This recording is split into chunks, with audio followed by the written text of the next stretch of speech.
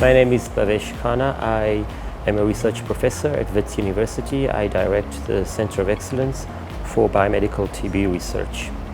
Traditionally, we diagnose TB using something called a sputum smear. The problem with it is that it's half the time wrong, and you need a lot of bacteria in order to get a positive diagnosis.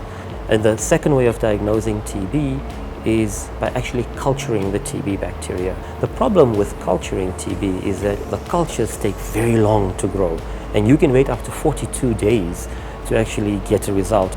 So the difference with molecular diagnostics is rather than growing bacteria out or looking for them in the microscope, you try to identify a component of the bacterium. And in this case, the molecular diagnostic in TB that's very widely used in South Africa aims to identify DNA. So you can now get a diagnosis in a couple of hours as opposed to having to wait those 42 days.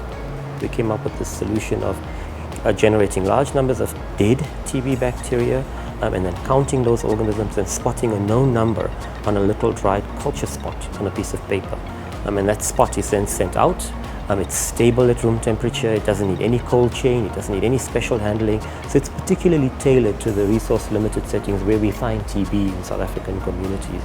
So we had these two challenges. There was a safety aspect, it was taking incredibly long, and we couldn't respond to specific things like drug resistance. And so we took this soil-dwelling organism and we edited its genome by inserting just the bits of DNA from the TB bacterium that is detected by this device.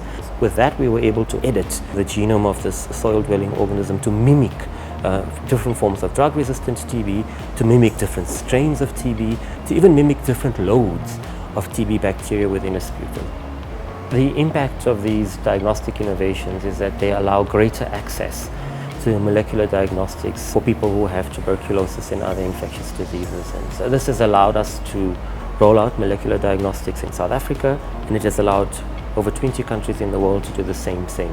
The process has affected the lives of hundreds of thousands of people who access these types of diagnostics. We're very proud of it and we want to develop it further.